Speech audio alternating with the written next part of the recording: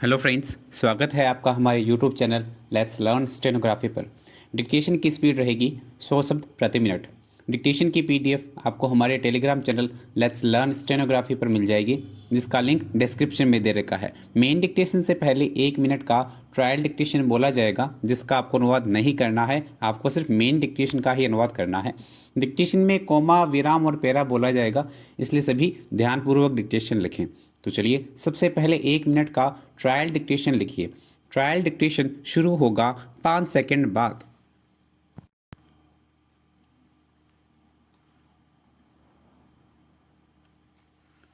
जब कोई व्यक्ति गिरफ्तार हो गया हो या पुलिस द्वारा गिरफ्तार होने वाला हो या उसे ऐसी आशंका हो कि उसे कोई झूठे केस में फंसाकर गिरफ्तार करवाया जा सकता है, तो ऐसे में जेल जाने से बचने के लिए या जेल के बाहर आने के लिए कोर्ट या पुलिस से जो आदेश लेना होता है, उस आदेश लेने की प्रक्रिया को जमानत कहते हैं। विराम। संहिता की प्रथम अनुसूची में जमानतीय अपराधों का उल्लेख किया गया है। विराम। जो अपराध जमानतीय बताया गया है और उसमें अभियुक्त की जमानत स्वीकार करना पुलिस अधिकारी एवं न्यायालय का कर्तव्य है। विराम। उदाहरण के लिए किसी व्यक्ति को स्वेच्छापूर्वक साधारण चोट पहुंचाना। विराम। यह था आपके ट्रायल डिक्टेशन। अब लिखिए मेन डिक्टेशन। मेन डिक्टेशन शुरू होगा 5 सेकंड बाद।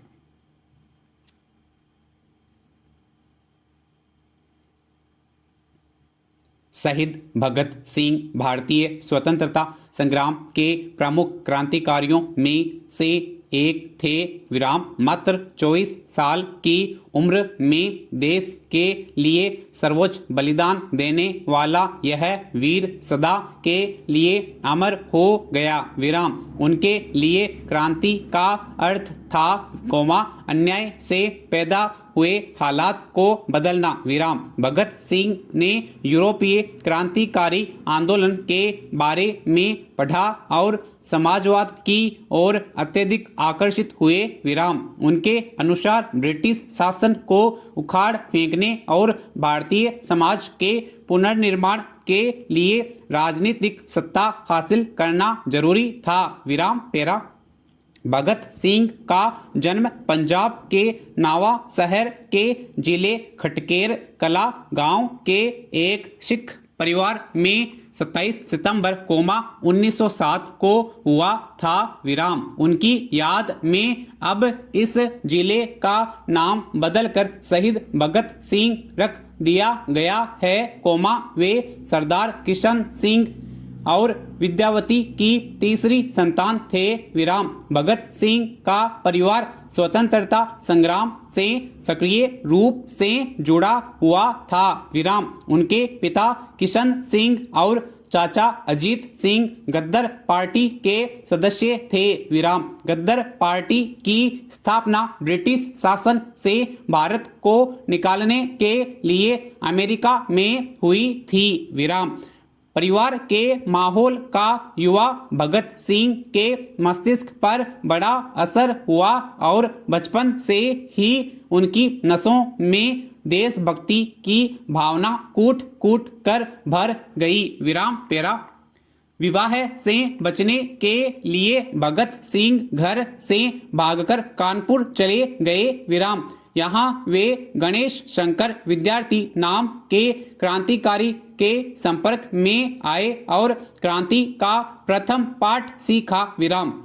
जब उन्हें अपनी दादी माँ की बीमारी की खबर मिली तो भगत सिंह घर लौट आए। विराम। उन्होंने अपने गांव से ही अपनी क्रांतिकारी गतिविधियों को जारी रखा। विराम।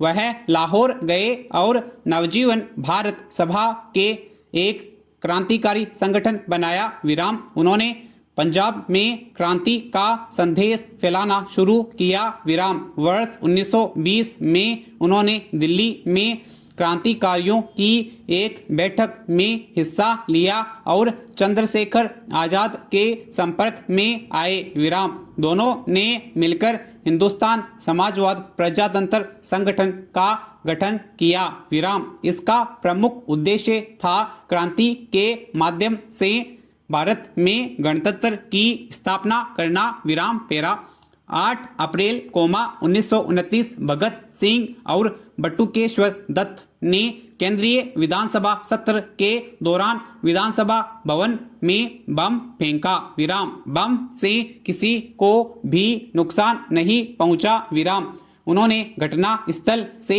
भागने के बजाय जानबूझकर गिरफ्तारी दे दी। विराम अपनी सुनवाई के दौरान भगत सिंह ने किसी भी बचाव पक्ष के वकील को नियुक्त करने से मना कर दिया। विराम जेल से उन्होंने जेल अधिकारियों द्वारा साथी कैदियों पर हो रहे अमानवीय कृत्य के विरोध में भूख हड़ताल की। विराम 7 अक्टूबर को भगत सिंह, सुखदेव और राजगुरु को विशेष न्यायालय द्वारा मौत की सजा सुनाई गई। विराम भारत के तमाम राजनीतिक नेताओं द्वारा अत्यधिक दबाव और कई अपीलों के बावजूद भगत सिंह और अन्य साथियों को 23 मार्च 1931 को प्रातः काल फांसी दे दी गई। विराम पेरा मनुष्य के लिए किसी भी चीज की इच्छा करना उसके जीवन का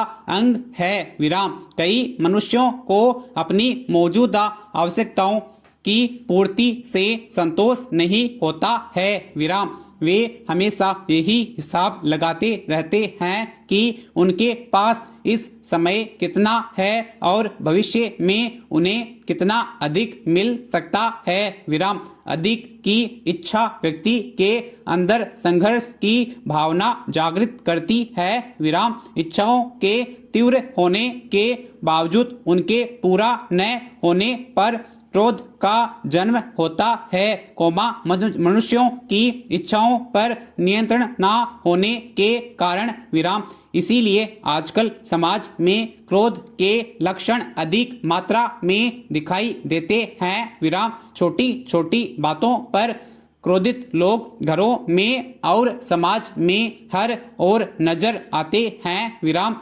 अनियंत्रित क्रोध समाज में हिंसा और विनाश लाते हैं। विराम क्रोध के कारण मनुष्य के विवेक पर पर्दा पड़ जाता है। विराम क्रोधित और विवेकहीन मनुष्य दिमाग से कार्य लेने में सक्षम नहीं होता है। विराम समय रहते व्यक्ति संयमित होकर क्रोध पर नियंत्रण नहीं कर पाएगा तो वह अपने साथ घर, परिवार और समाज का नुकसान ही करेगा। विराम पेरा विज्ञापन का अर्थ होता है अपने उत्पाद के प्रति लोगों को आकर्षित करना। विराम विश्वास का मतलब तभी है जब वो यथार्थ होने का सच होने का दावा करे। विराम ठंडा मतलब कोका कोला में आडंबर दिखता है, लेकिन जब उसे वास्तविकता के जामे में चित्रित किया जाता है तो वो महज विज्ञापन नहीं रह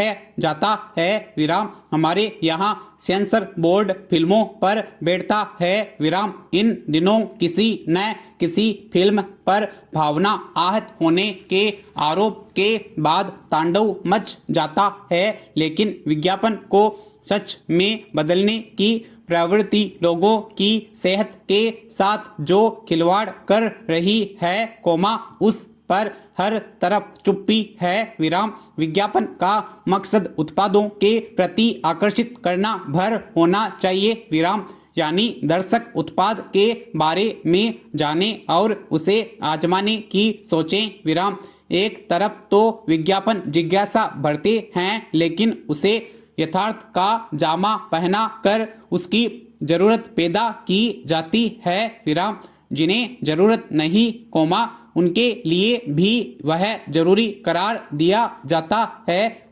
असल जिंदगी के डॉक्टरों और खिलाड़ियों का सहारा लेकर। विराम पिछले कुछ समय से चुनावों में इसी तरह का काम अखबारों टीवी चैनलों के जरिए हो रहा है विराम। राजनीतिक दल विज्ञापित खबरों को चलवाते हैं विराम। उनके विज्ञापनों को यथार्थवादी खबरों के रूप में परोसा जाता है विराम। लोगों को यह न लगे कि प्रचार है बल्कि वे उसे खबर के रूप में लें यह जोर आज पत्रकारिता के मूल स्वभाव को बदलने पर तुला है विराम पेरा। दिल की बीमारी के कई कारण हो सकता है विराम और कोई भी इसका शिकार हो सकता है, लेकिन जब असली नायक आम आदमी की तरह ही बीमार पड़ता दिखता है तो फिर दर्शकों की आलोचना से भी नहीं बचा जा सकता है विराम। विज्ञापनों में तेल और दिल की जोड़ी के लिए अक्सर असली किरदारों का इस्तेमाल किया जाता रहा है विराम। 90 के दशक के बाद विज्ञापनों ने भी माहौल बनाया था कि जिसने रिफाइंड तेल नहीं खाया उसका दिल तो कभी भी जवाब दे सकता है विराम पेरा। जमानती अपराध में कोर्ट को बेल देनी ही होती है विराम। इस अपराध वाली शाखा में अगर कोई पकड़ा जाए या गिरफ्तार हो जाए तो बेल एप्लीकेशन लगाने पर कोर्ट को बेल देनी ही होती है विराम। समाप्त।